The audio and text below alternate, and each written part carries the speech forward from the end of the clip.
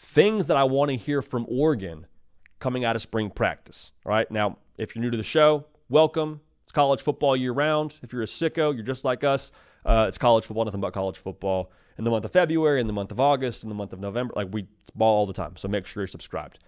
So one thing that we want to hear is the buzz around Dante Moore.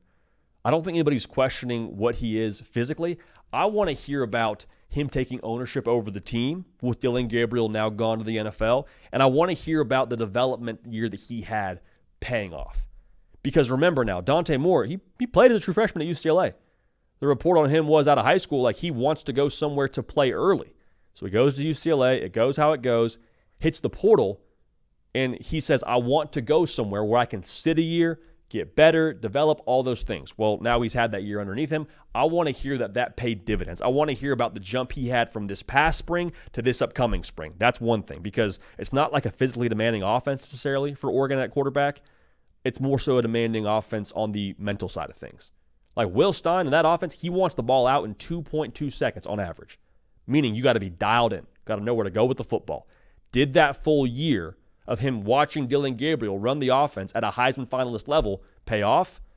That's what I want to hear, because you've had two quarterbacks now the last 2 years be Heisman finalists.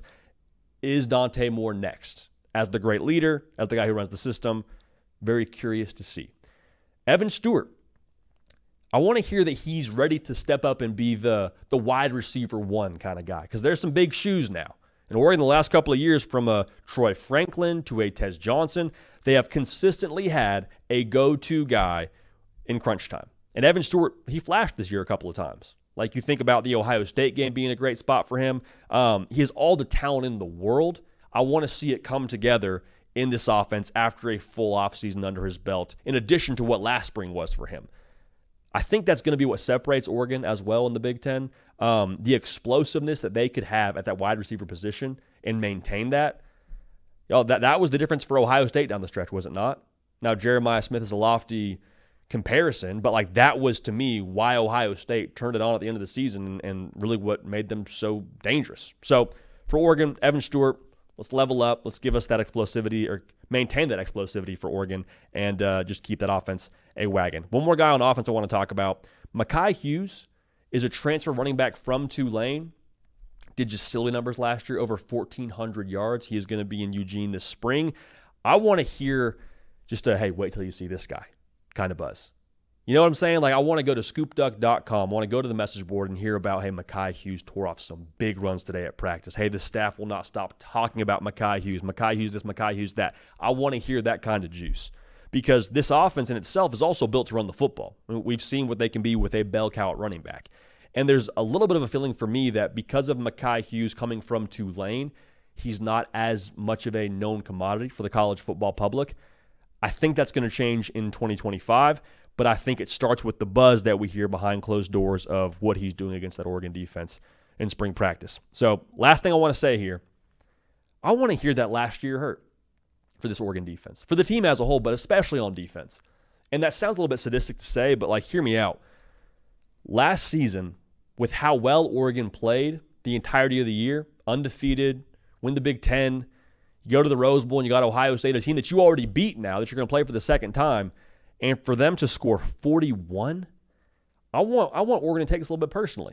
Now, you lose some pieces, of course, but there's a lot of guys back, a lot of key guys back now that were a part of that defense that had that happen to them. And not to keep talking about Ohio State, but I think the blueprint they laid out is a little bit interesting when you talk about the story arc. Ohio State, going into last season, it was very evident what the mission was. The standards are always high, I get that, but it was very evident they wanted to go win the national championship, okay? I want to have that same mentality, that same swag, that same chip on the shoulder from this Oregon team. Because last year, being where they were, the top seed in the college football playoff and all the things I just mentioned, they had checked a lot of those goals off of their list. They had. And then they go play Ohio State, and what happens. And I think a lot of people would tell you internally in Eugene that was, again, I'm assuming now, I can't prove this, but I think that was probably an embarrassing thing for the folks in Eugene.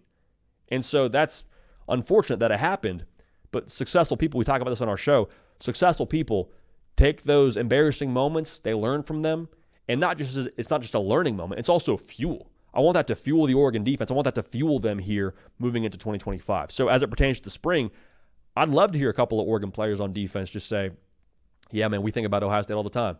We think about the Rose Bowl all the time. That was personal for us. When you take it personal is when you take ownership. And I think Oregon's taking ownership. I just can't wait to see how it formulates in spring football and how it formulates for them on the field in 2025. Because for Oregon, they're approaching that territory with the roster talent.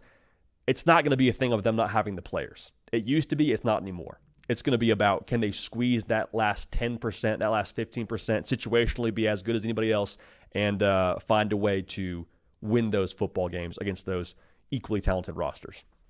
Dan Lanning's cooking, man, but we will see what they are when spring football rolls around. It's exciting. It's very exciting. Spring football's here. Gosh, it's not here yet, but it's here in the sense that we're talking about it, and we'll obviously keep that series going. Things we want to hear about your football team when spring ball rolls around.